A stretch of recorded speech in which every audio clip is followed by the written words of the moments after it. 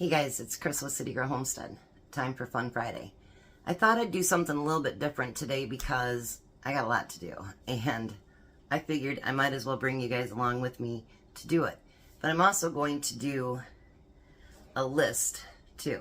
I have 25 pounds of sugar and 30 pounds of flour to break down and to store it. What I do is put them in Mylar bags. And then I seal them up, label them, and then Tom puts them in 5-gallon buckets downstairs. So that's what I'm going to do today. But anyways, as I go along, I'm not going to make you watch me pack up 55 pounds of stuff. That's crazy. But anyways, I'm going to read a few from the list, and I'm going to show you how to do something too as well. And most of you probably already know, so it's okay. All right, so let's do a couple of the list and then I'll go to packing. This is a list from the Amish saying that for a family of 4, this is what you should store. Now, everybody thinks because we got the election and, oh, Trump won and you know, everything's going to be hunky-dory. I don't think so. I think there's going to be a lot of tough times. We've got a lot of ground to make up. And a lot of people are still hurting. And so, do I think we should stop stocking? No. You know, like you guys know that Tom will have 3 unpaid weeks. And, you know, I mean, stuff like that happens. And if you can actually live off your pantry for those weeks, that saves you a ton of money. So, anyway, so this is their list. Okay. Number 20 is pickled vegetables. They say 12 to 24 quarts. So that'd be pickles if you want to pickle any of your vegetables that you have that you got from your garden. You know, radishes, cucumbers, anything like that. 12 to 24 quarts. Jerky, 10 to 15 pounds. And they say you can also have smoked salmon or dried fish. Sauerkraut, 6 to 12 quarts. Sauerkraut is very versatile, and I can tell you when you can it at home, at least mine, it does not taste as strong as that stuff that you buy at the store. So even like Jack and Tom, who hate sauerkraut, they like it because it's not, it's not so overwhelming. Dehydrated vegetables. A can lasts up to 10 years, and you need 15 to 20 pounds per family of 4.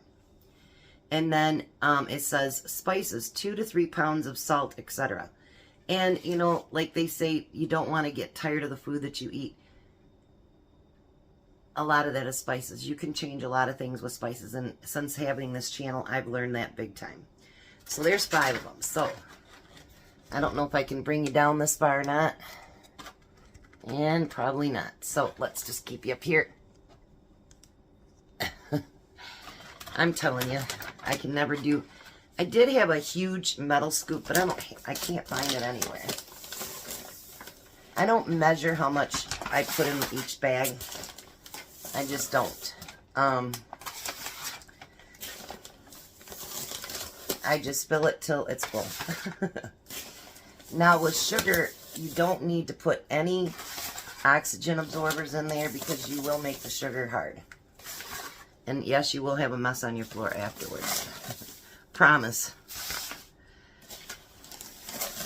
But I told Tom, I said, I need to get this stuff stocked up because during Christmas and Thanksgiving and all that good stuff, you know, you really do use a lot of your flour and sugar up.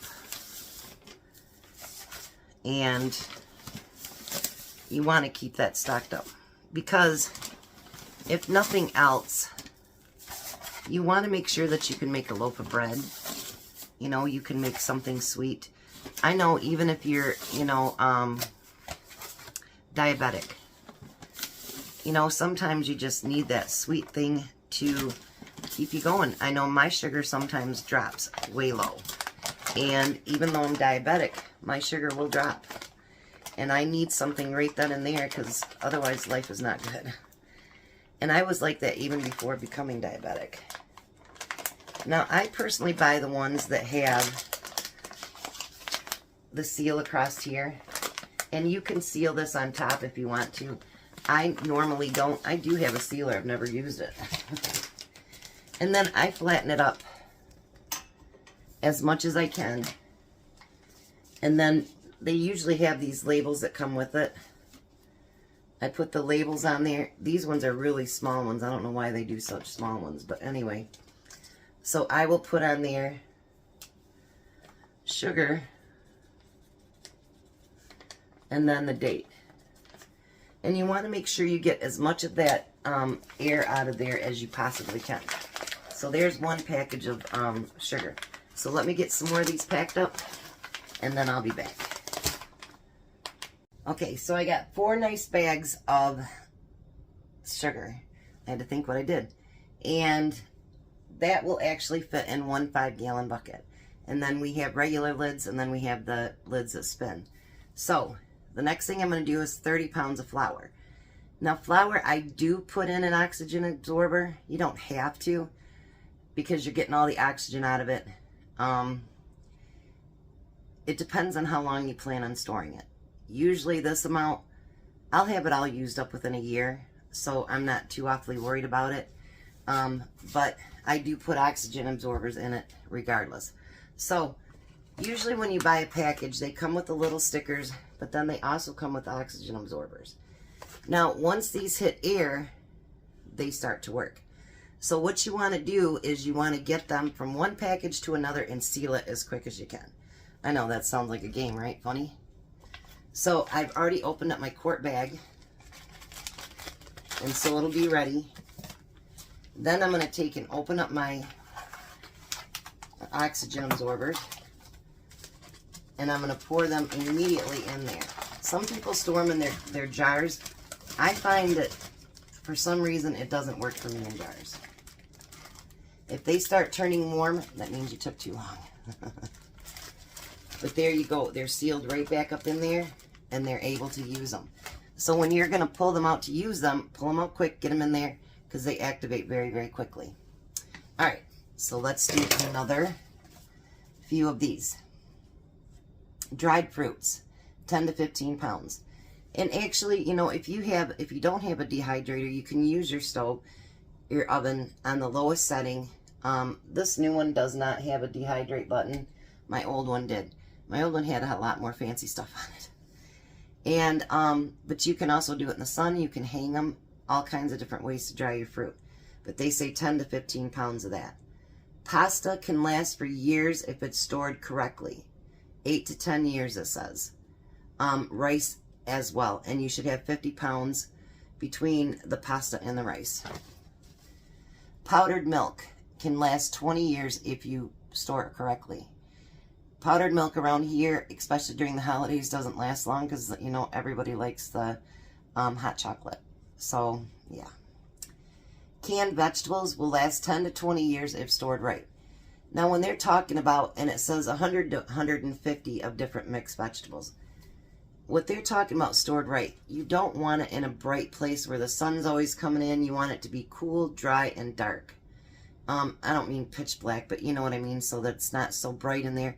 Because air, light are bad for any kind of cans, even including the store-bought stuff. Okay, now it says bouillon cubes, and you know, I never thought of this one. 300 to 500 cubes will last for 1 to 2 years. You know, and that can actually season up your food really, really nice. And it says you can also store powdered broth, which that's a good idea too. So let me get my flour done, and I'm going to show you what we're going to do with it. And then we'll finish up the list. Boy, do I have a mess to clean up. So now I open up my bag real quick. And I get 2 of them because they're usually smaller. Make sure you seal that back up good. And then what I do is I put everything right back in my container that I got it from. So I put my oxygen absorbers and my little stickers there, and then I seal it back up. Now I got 2, 4, 6. 6 bags out of 30 pounds of flour. So that's just about 5 pounds per bag there. So there we go. We got 25 pounds of sugar and 30 pounds of flour done. Let's finish up that list. So the rest of you that you have any of that sitting around and it needs to get done, hopefully it was motivation for you. I've had the sugar back there for about 2 months, and I finally told Tom, bring it out today. I need to get that done. All right, so let's see where we're at. We did it at bouillon cubes. Okay. Rolled oats, 30 years if you store them right, for 50 to 75 pounds for a family of 4 per year. White vinegar, you can use them for food, cleaning, sterilizing, all different kinds of things, 5 to 10 gallons. I think I have 5 gallons, but I use it to can, so, you know, I get it when I think I'm running low. Cornmeal, keep it dry, 50 to 100 pounds. Apple cider vinegar is good for health, and it does have, it's good for food, canning, and also for health benefits. It has a lot of different vitamins and stuff in it. It's so good for you. 5 to 8 gallons. Ghee, clarified butter, will store without refrigerator, 10 to 15 pounds. I don't have ghee, but I do have butter that I've canned, and it's been canned for a few years now, and it's still really nice. Hardtack, which is flour, water, and salt, lasts for decades, and they said 20 pounds of that. And it's supposed to soften up, like if you put it in coffee or soup or anything like that, but I've heard it's really nasty. But you know what? If you need something to eat, there you go. Salt never expires, so salt, 10 to 20 pounds. White rice will last 30 years, and they say to have 100 to 200 pounds. I have a lot of rice, but I don't think I have that much. Dried beans can last up to 30 years, 100 to 150 pounds. Now, I just found out that I only have about this much left of my pinto beans, so I need to stock up on pinto beans. Always something. And then the number one thing, honey. It never goes bad, 10 to 15 pounds of it. So that's what the Amish say you should store for a family of 4 for a year.